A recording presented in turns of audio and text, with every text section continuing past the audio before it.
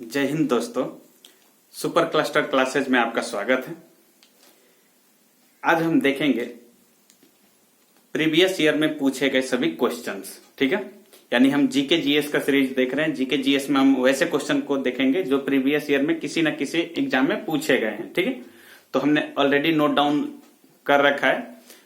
जो हमने note down किया है उतना ही नहीं है, इससे एक्स्ट्रा आपको मिलेगा। ठीक है, तो इसलिए वीडियो में लास्ट तक बने रहिएगा।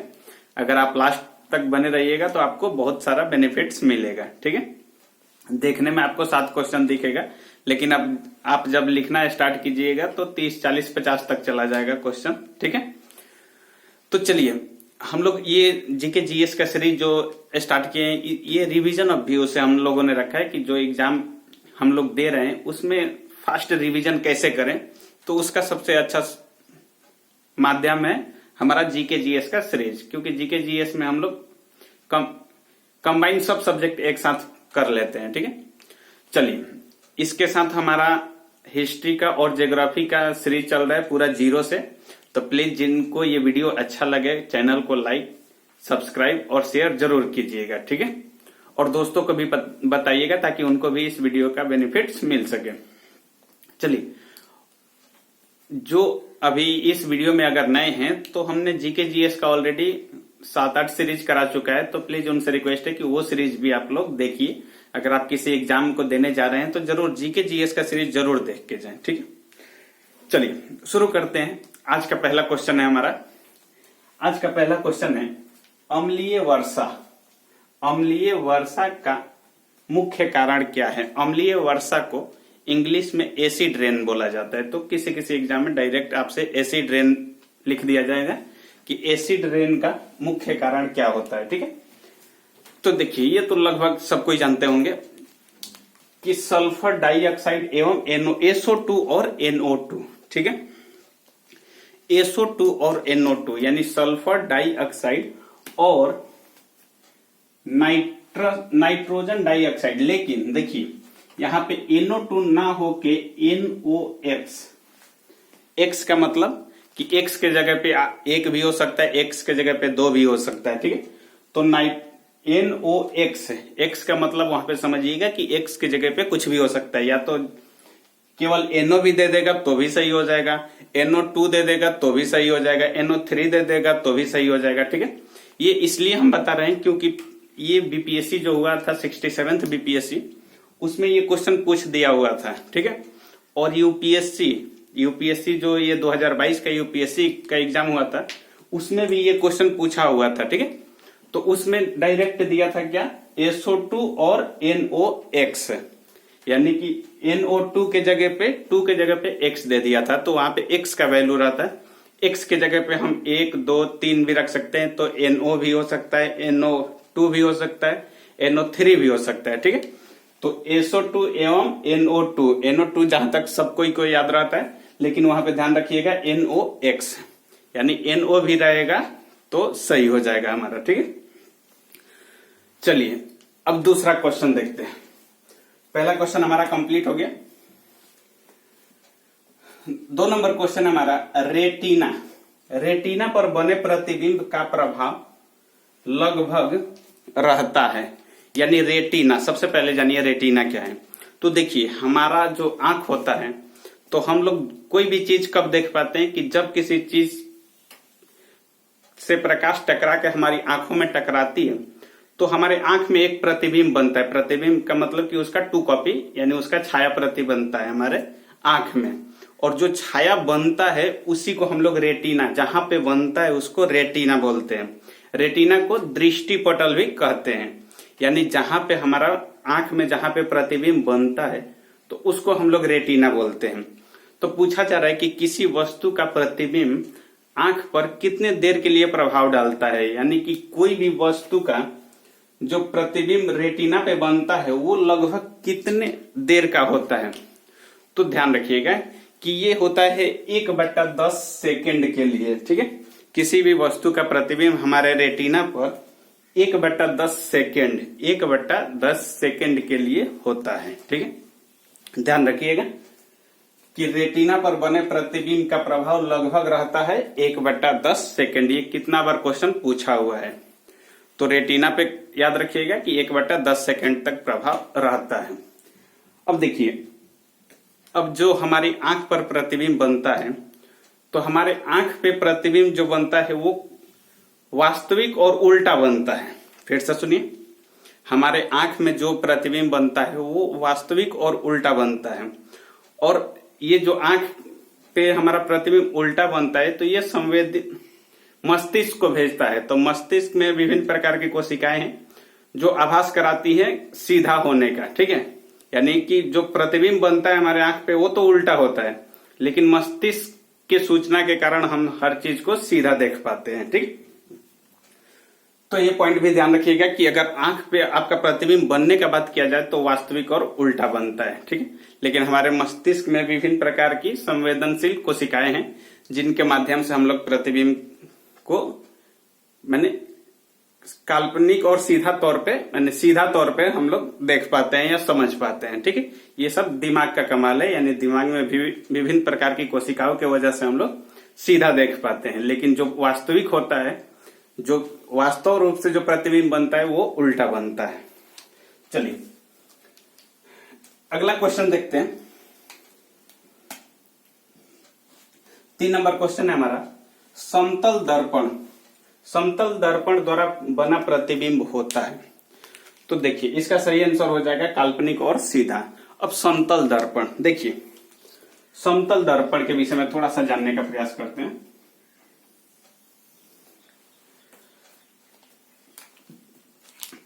देखिए हम लोग जो समतल दर्पण कहाँ यूज होता है, तो नॉर्मली हम लोग जो घर में यूज करते हैं, जो फेस वगैरह देखने के लिए, हम लोग चेहरा देखने के लिए जो ऐनक का यूज करते हैं, ठीक है, आईना जो यूज करते हैं घर में, वो लगभग यानी जनरली वो समतल दर्पण होता है, ठीक है। अब देखिए समतल दर्पण के विषय में थोड़ा सा हम लोग और कुछ जानने का प्रयास करेंगे कि इसमें जो प्रतिबिंब बनता है काल्पनिक और सीधा। देखिए जो भी प्रतिबिंब वास्तविक बनेगा वो उल्टा होगा, जो वास्तविक बनेगा वो उल्टा होगा, और जो प्रतिबिंब काल्पनिक बनेगा वो सीधा होगा। फिर से सुनिए, जो भी किसी भी दर्पण का बात कीजिए या किसी भी लेंस का बात कीजिए, अगर प्रतिबिंब वास्तविक है तो वो उल्टा बनेगा, और जो काल्पनिक है वो सीधा बनेगा, ठीक। किसी भी लेंस या दर्पण में जब प्रतिबिंब वास्तविक होगा तो उल्टा बनेगा, और जब काल्पनिक होगा तो वो सीधा बनेगा। चलिए, तो समतल दर्पण जो है इसमें वास्तविक प्रतिबिंब बनता है, तो वास्तविक बनता है तो इसका काल्पनिक बनता है, तो समतल दर्पण में काल्पनिक प्रतिबिंब बनता है, तो काल्पनिक हमेशा सीधा होता है, ठीक है। तो एक तो पॉइंट इसमें हो गया कि इसमें काल्पनिक और सीधा बनेगा। अब देखिए कि अगर प्रतिबिंब यहां पर अगर 10 मीटर पे किसी वस्तु को रखे हैं, तो इसका प्रतिबिंब भी दर्पण के पीछे लगभग 10 मीटर, लगभग क्या पूरा कंप्लीट 10 मीटर पे ही बनेगा, यानी उसका प्रतिबिंब यहां बनेगा। यानी दर्पण के सामने देखिए, ये दर्पण का पीछे वाला भाग है, ये पीछे वाला भाग है, ये आगे वाला भाग है। तो अगर दर्पण में किसी वस्तु को 10 मीटर की दूरी पर रखकर देखेंगे तो उसका प्रतिबिंब जो बनेगा दर्पण से 10 मीटर पीछे बनेगा, ठीक है। तो कहने का मतलब है, ये आखिर ये चीज हम किस लिए बता रहे हैं, तो समतल दर्पण में किसी वस्तु को दर्पण के सामने जितना दूरी पर रखेंगे उतना दूरी पर दर्पण के पीछे उसका प्रतिबिंब बनेगा, ठीक है। ये पॉइंट एग्जाम अभी से इंपॉर्टेंट है, इसलिए हम आपको बता रहे हैं दर्पण में। फिर से सुनिए, समतल दर्पण के सामने अगर किसी वस्तु को जितना दूरी पर रखेंगे उसका प्रतिबिंब दर्पण के पीछे उतना ही दूरी पर बनेगा। तो आपसे क्वेश्चन पूछ दिया जाता है डायरेक्ट कि अगर किसी वस्तु को 100 मीटर की दूरी पर रखा गया है समतल दर्पण के सामने, तो उसका प्रतिबिंब दर्पण के पीछे कितना दूरी पर बनेगा। अब आपको ऑप्शन दे दिया जाता है 10, 20, 50, 100, तो आप कंफ्यूज हो जाएंगे, ठीक है। तो इसीलिए याद रखिएगा कि समतल दर्पण के सामने जितना दूरी पर रखा जाएगा वस्तु उतना ही दूरी पर दर्पण के पीछे प्रतिबिंब बनेगा, ठीक है। चलिए और एक चीज याद रखेंगे,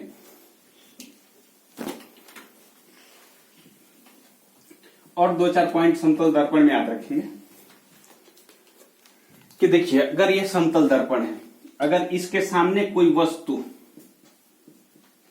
भी वेग से गतिशील है, फिर से सुनिए, अगर ये समतल दर्पण है, इसके सामने कोई वस्तु भी वेग से गतिशील है, तो पता चलेगा कि दर्पण यानी दर्पण पे ये क्या आभास होगा, 2v।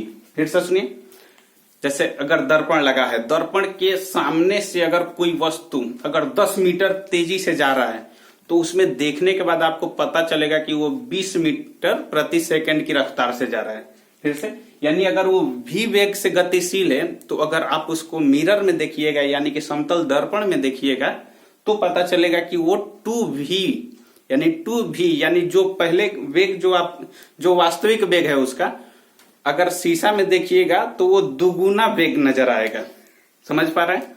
इस पॉइंट को आप लोग नोट जरूर कर लीजिएगा कि अगर कोई वस्तु भी वेग से अगर गतिशील है समतल दर्पण के सामने, समतल दर्पण का हम लोग बात कर रहे हैं, ठीक है, कोई दूसरा गोलीय दर्पण का बात नहीं कर रहे हैं, हम लोग समतल दर्पण का बात कर रहे हैं। तो अगर समतल दर्पण के सामने अगर मान लीजिए कि अगर ये 50 मीटर प्रति सेकेंड, अगर 50 मीटर प्रति सेकेंड के रफ्तार से कोई कार आ रही है, तो जब हम उसको दर्पण में देखेंगे तो पता चलेगा कि वो 50 नहीं 100 मीटर प्रति सेकंड की रफ्तार से आ रही है। ये देखने पर पता चलेगा, ठीक है। वास्तविक उसका 50 रहेगा, लेकिन आप ऐनक में देखिएगा यानी शीशा में जब देखिएगा समतल दर्पण में, तो पता चलेगा कि वो 100 के वेग से आ रही है।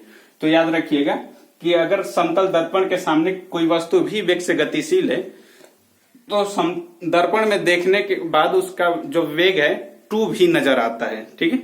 चलिए अब इसी में अगला पॉइंट देखते हैं।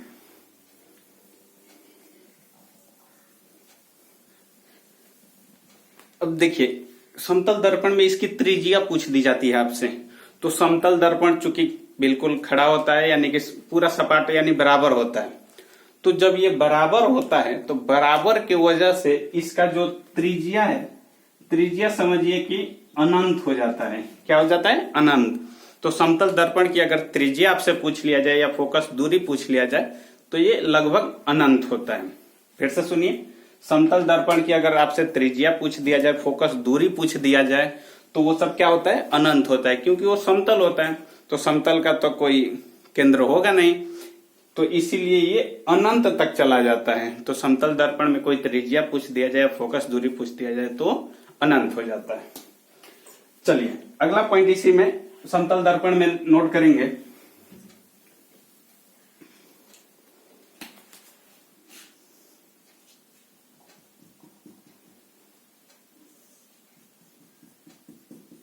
देखिए अब दो समतल दर्पण है, ये इस साइड देखने वाला भाग है, इसका इस साइड है, ठीक है। दो समतल दर्पण है, तो दो समतल दर्पण के बीच में पूछ दिया जाता है कि कितना प्रतिबिंब बनेगा। तो देखिए, तो इसका सही आंसर हो जाएगा 360/θ। अब देखिए दो समतल दर्पण है, आप लोग सैलून में देखे होंगे, एक पीछे लगा होता है, एक आगे लगा होता है। उसमें देखने के बाद कितना फोटो आपका दिखता है कि हाँ पीछे से कैसा कट रहा है, साइड से कैसा कट रहा है, ठीक। तो सेम वही जो हम लोग सैलून में यूज कर रहे हैं ना, नॉर्मली ऐसे ही जो घर में हम लोग ऐनक वगैरह यूज करते हैं वो समतल दर्पण होता है।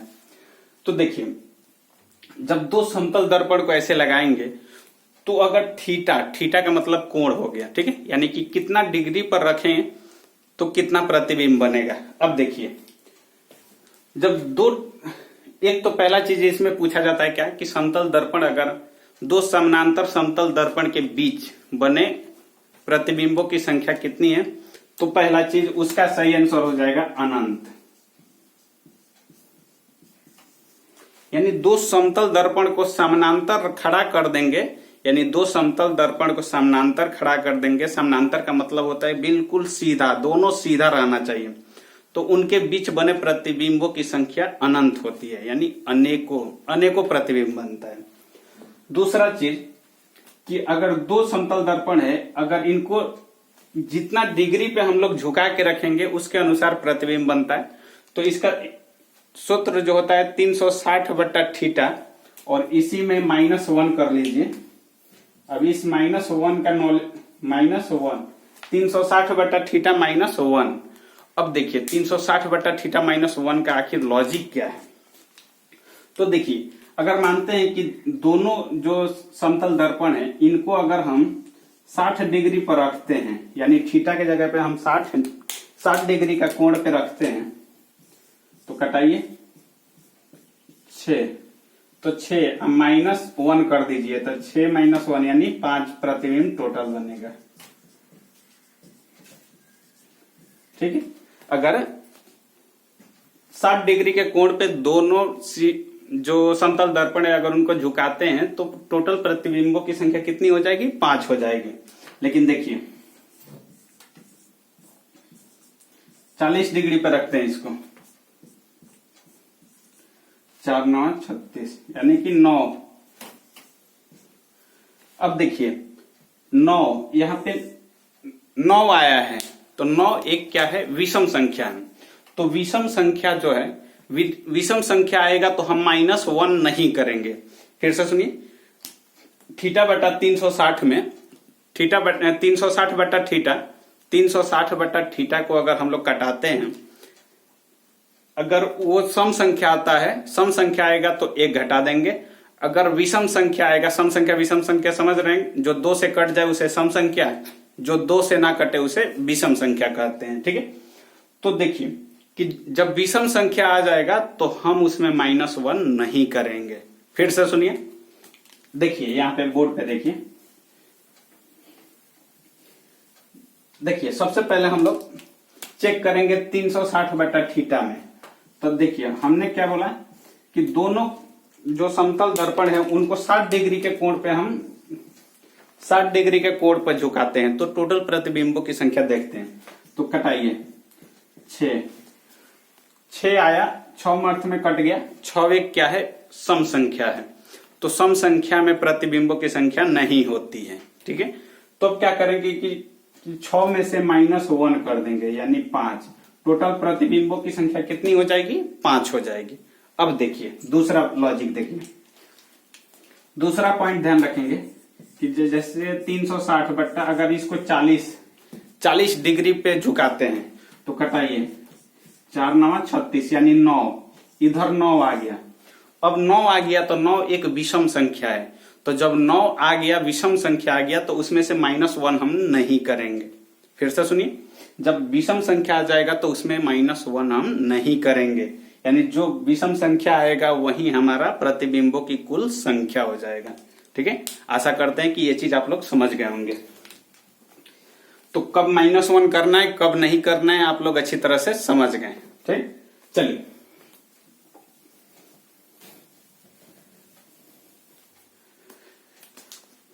पानी बोतल नहीं, गर्म पानी तो नहीं। चलिए आगे देखते हैं।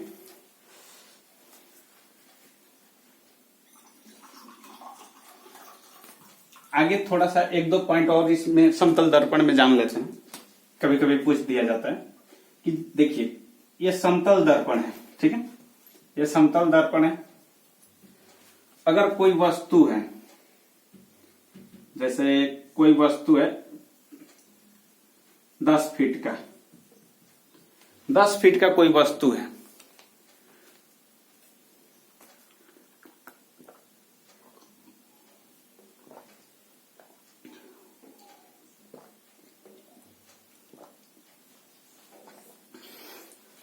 दस फीट का अगर कोई वस्तु है, तो इसका पूरा प्रतिबिंब देखने के लिए जो शीशा हमारे पास रहना चाहिए, शीशा कहने का मतलब समतल दर्पण आप लोग समझिएगा। ठीक है, तो जो हमारे पास समतल दर्पण होना चाहिए कम से कम 5 फीट का होना चाहिए। समझे, अगर कोई 10 फीट का वस्तु है, अगर उसका पूरा प्रतिबिंब यानी पूरा फोटो, उसका पूरा सीन देखना है, यानी पूरा उसका इमेज देखना है, तो जब पूरा इमेज देखना हो तो कम से कम जो ऐनक है, यानी कि जो शीशा है, यानी जो समतल दर्पण की ऊंचाई है, कम से कम 5 फीट का होना चाहिए। अगर ये 5 फीट से छोटा अगर शीशा में आप 10 फीट का वस्तु देखोगे तो वो पूरी दिखाई नहीं देगा। ठीक है, तो याद रखिएगा कि किसी समतल दर्पण में किसी वस्तु का पूरा प्रतिबिंब देखने के लिए दर्पण की ऊंचाई कम से कम वस्तु के ऊंचाई का आधा होना चाहिए। ठीक है, तभी हम समतल दर्पण में किसी वस्तु का पूरा प्रतिबिंब देख पाएंगे। ठीक है, चलिए ये पॉइंट आप लोग नोट कर लीजिएगा जरूर। चलिए अब मिटाते हैं, आगे बढ़ते हैं। अगला क्वेश्चन है हमारा 4 नंबर क्वेश्चन, भारत के राष्ट्रपति को उनके पद से कौन हटा सकता है? देखिए, भारत के राष्ट्रपति को हटाने के लिए हम लोग जानते हैं कि महाभियोग का प्रयोग किया जाता है। तो ये कर कौन सकता है? संसद कर सकता है, यानी कि राष्ट्रपति को हटाने का काम संसद कर सकती है। ठीक है, राष्ट्रपति को हटाने का काम संसद कर सकती है। राष्ट्रपति को हटाया जाता है, अनुच्छेद 61 में बताया गया है कि महाभियोग की प्रक्रिया। अब हम लोग जब पढ़ेंगे राष्ट्रपति, वहां पे पूरा डिटेल देखेंगे। थोड़ा सा यहां जान लीजिए कि अनुच्छेद 61 के तहत महाभियोग की प्रक्रिया का वर्णन किया गया है। महाभियोग की प्रक्रिया लोकसभा या राज्यसभा किसी में भी पेश किया जा सकता है। अब जिस भी सदन में, यानी कि हमारा सदन 2 है, एक लोकसभा एक राज्यसभा। राज्यसभा को उच्च सदन और लोकसभा को निम्न सदन कहा जाता है। ठीक है, तो या तो आप लोकसभा में पेश कर सकते हैं या तो राज्यसभा में। और पेश करने से पहले कम से कम आपको 14 दिन पहले राष्ट्रपति को सूचना देना पड़ता है। ठीक है, 14 दिन पहले खुद राष्ट्रपति को ही सूचना देना पड़ता है कि हम आपके ऊपर महाभियोग की प्रक्रिया करने वाले हैं या लगाने वाले हैं। ठीक है, तो 14 दिन पहले उनको सूचना दिया जाता है। उसके बाद 1/4 बहुमत का कम से कम हस्ताक्षर होना चाहिए, यानी कि वहां पर साइन होना चाहिए। अब बिल जब लाया जाता है, जब बिल पास किया जाता है, लोकसभा या राज्यसभा आप किसी में भी ला सकते हैं, तो कम से कम 2/3 बहुमत से वो पास होना चाहिए एक सदन में। यानी कि अगर लोकसभा में आप लाए हैं तो लोकसभा में 2/3 यानी कुल सदस्य का 2/3 बहुमत से पास होना चाहिए। उसके बाद वो राज्यसभा में जाएगा, राज्यसभा में भी 2/3 बहुमत से पास होना चाहिए। ठीक है, या राज्यसभा में पहले ला दिए हैं तो फिर राज्यसभा में पास होने के बाद फिर लोकसभा में जाता है। ठीक है, चलिए हम लोग जहां राष्ट्रपति पढ़ेंगे वहां पूरा डिटेल जानेंगे। यहाँ पे आप थोड़ा सा नॉलेज के लिए हम बता दिए आप लोगों को। चलिए अगला क्वेश्चन देखते हैं। अगला क्वेश्चन है हमारा 5 नंबर, रैयतवाड़ी व्यवस्था का प्रतिपादक कौन था? रैयतवाड़ी व्यवस्था का प्रतिपादक कौन था? तो इसका सही आंसर हो जाएगा टॉमस मुनरो एवं कैप्टन रीड। टॉमस मुनरो एवं कैप्टन रीड। अब देखिए, थोड़ा सा हम लोग जानने का प्रयास करते हैं।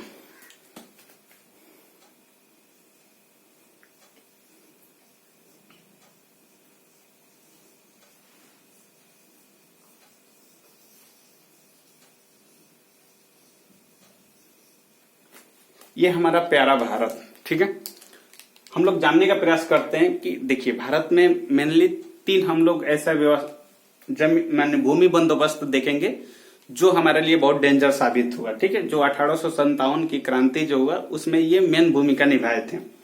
अब देखिए इसमें क्या था,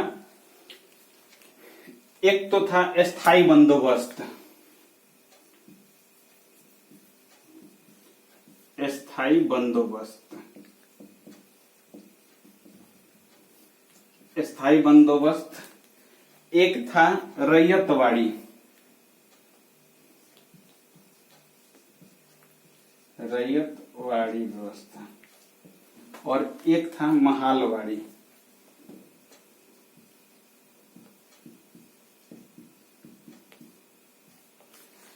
रैयतवाड़ी, महालवाड़ी और स्थायी बंदोबस्त। देखिए स्थायी बंदोबस्त, ठीक है, सबसे पहले हम लोग स्थायी बंदोबस्त को जानने का प्रयास करते हैं। तो स्थायी बंदोबस्त लॉर्ड कॉर्नवालिस द्वारा लाया गया था।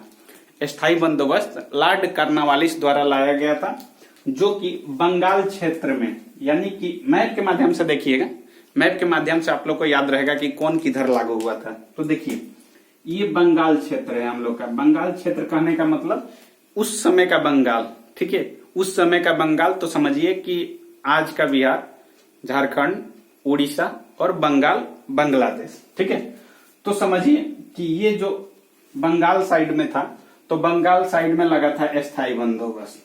ठीक है, अब ये मद्रास साइड का एरिया है, तो मद्रास साइड में लगा था रैयतवाड़ी। और जो हम लोग का पंजाब साइड है, आज का पंजाब यानी वर्तमान पाकिस्तान भी उसमें शामिल था। ठीक है, तो आज के पंजाब क्षेत्र में जो साइड, पंजाब क्षेत्र में जो हुआ था वो महालवाड़ी, ठीक है, महालवाड़ी व्यवस्था लागू हुआ था। अब देखिए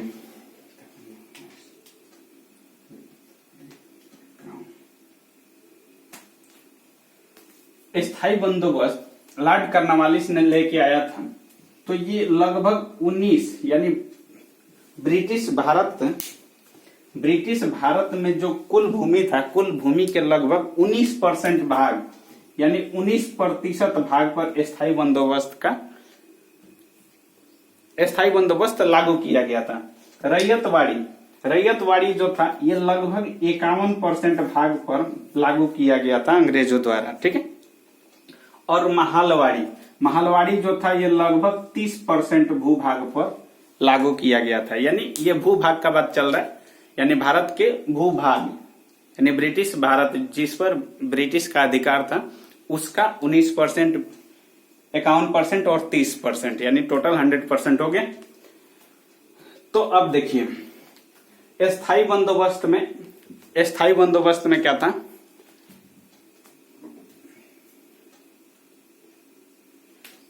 स्थायी बंदोबस्त को हम लोग जमींदारी व्यवस्था भी कहते हैं।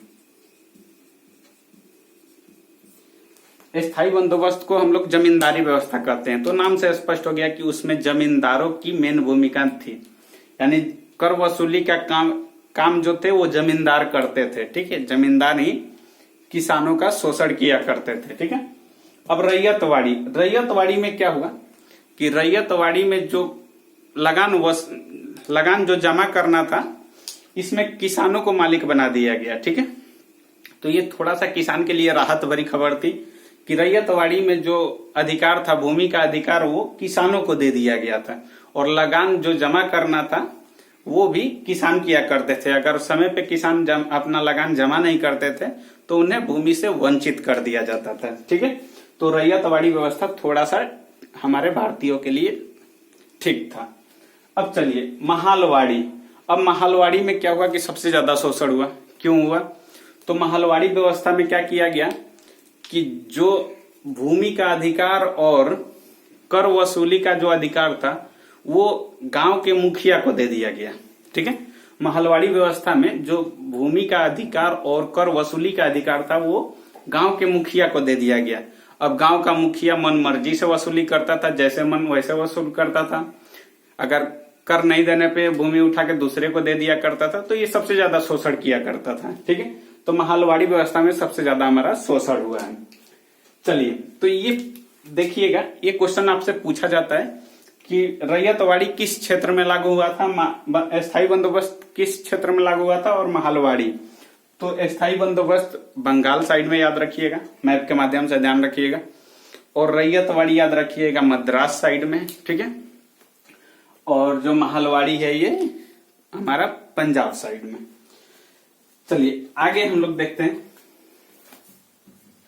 अगला क्वेश्चन है हमारा 6 नंबर क्वेश्चन है, कौन सा भारतीय क्रांतिकारी काकोरी षड्यंत्र कांड में फांसी की सजा से बच गए। फिर से एक बार सुनिए, कौन सा भारतीय क्रांतिकारी काकोरी षड्यंत्र कांड में फांसी की सजा से बच गए? इसका सही आंसर हो जाएगा चंद्रशेखर आजाद। अब देखिए,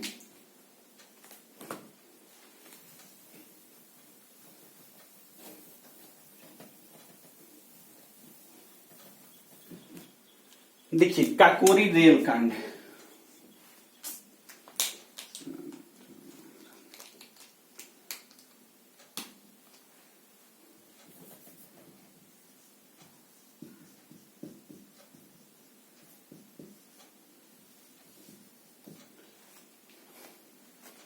काकोरी रेल कांड थोड़ा सा जानते हैं काकोरी षड्यंत्र के विषय में, या काकोरी रेल कांड कहिए, काकोरी षड्यंत्र कांड कहिए या काकोरी रेल कांड कहिए। ठीक है, क्या हुआ था कि 9 अगस्त 1925, 9 अगस्त दिन था, 9 अगस्त 1925। ठीक है, डेट था 9 अगस्त 1925 का।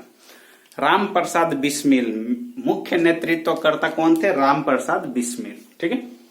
अब एक ब्रिटिश गवर्नमेंट की सरकारी खजाना जा रहा था सहारनपुर से लेकर लखनऊ।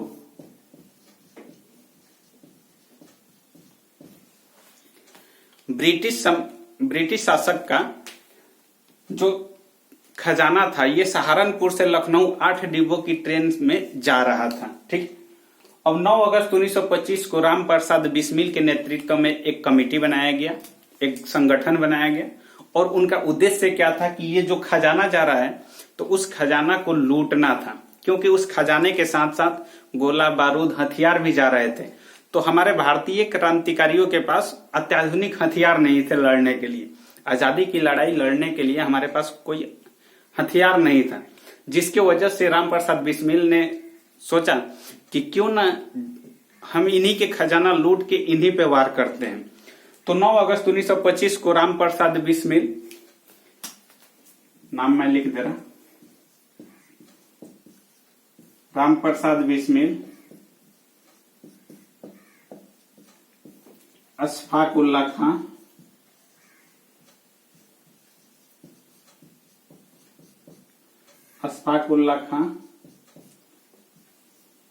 राजेंद्र लाहिड़ी,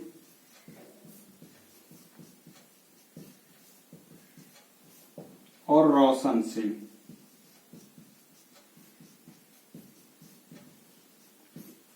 ठीक है। मुख्य नेतृत्वकर्ता ये लोग थे। अब इन्होंने प्लान बनाया ट्रेन लूटने का, तो इन्होंने ट्रेन लूटने का यानी रेल लूट कांड का अंजाम भी दिया। 9 अगस्त 1925 को इन्होंने ट्रेन लूटा भी था। ठीक है। अब ट्रेन लूटने के क्रम में राम प्रसाद बिस्मिल, अशफाक उल्लाह खां, राजेंद्र लाहिड़ी और रोशन सिंह, ये चारों व्यक्ति को गिरफ्तार कर लिया गया, जबकि चंद्रशेखर आजाद भागने में कामयाब रहे। ठीक है।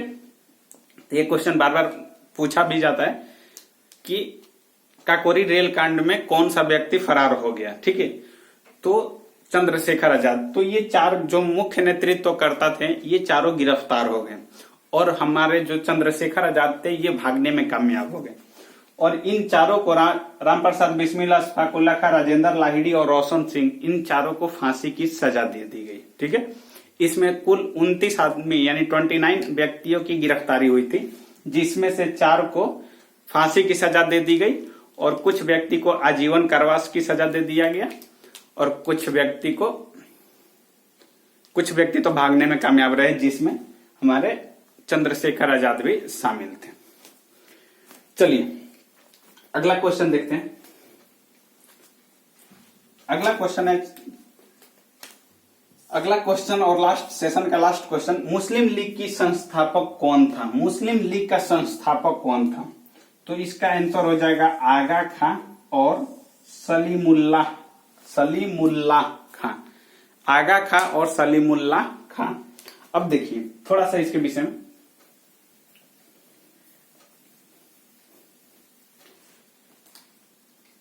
उन्नीस 1905 बंगाल विभाजन।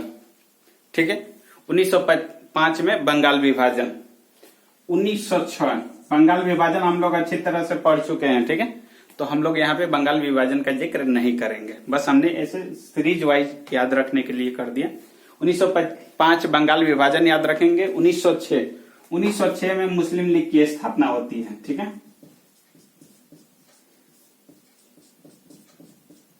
1906 में मुस्लिम लीग की स्थापना होती है, किसके द्वारा? आगा खां और सलीमुल्लाह के द्वारा। ठीक है। इसकी प्रथम बैठक जो होती है 1907 में होती है, और कहां पर? कराची में। कराची जो कि वर्तमान पाकिस्तान में स्थित है, इसकी प्रथम अधिवेशन जो होता है कराची में होता है 1907 में। ठीक है। तो मुस्लिम लीग के विषय में ये पॉइंट आप लोग जरूर नोट कर लेंगे। चलिए आशा करते हैं कि आप लोग को यह वीडियो अच्छा लगा हो, सेशन अच्छा लगा हो। अगर वीडियो अच्छा लगा हो, अगर सेशन आप लोग को अच्छा लगा हो, तो please like, share and subscribe जरूर कीजिएगा और दोस्तों को भी बताइएगा। और जो भी इस चैनल पे नए हैं, प्लीज उनसे रिक्वेस्ट है कि हमारे चैनल को लाइक, सब्सक्राइब एंड शेयर जरूर कीजिए। और जो भी हम सीरीज पढ़ रहे हैं, यानी हिस्ट्री और ज्योग्राफी का पूरा 0 से सीरीज चल रहा है, उसको भी कंप्लीट कीजिए। और जीके जीएस का जो सीरीज चल रहा है उसको भी कंप्लीट कीजिए। आप कंप्लीट करके देखिए, आपको बहुत सारा बेनिफिट्स मिलेगा। आप जो भी एग्जाम देंगे तो फिर आपको खुद ही लगेगा कि हाँ एग्जाम में कुछ मिल रहा है। ठीक है, तो हम यही उम्मीद करते हैं आपसे कि आप लोग पूरा सेशन पढ़ के ही कोई एग्जाम देने जाएंगे। ठीक है, चलिए वीडियो देखने के लिए धन्यवाद। जय हिंद।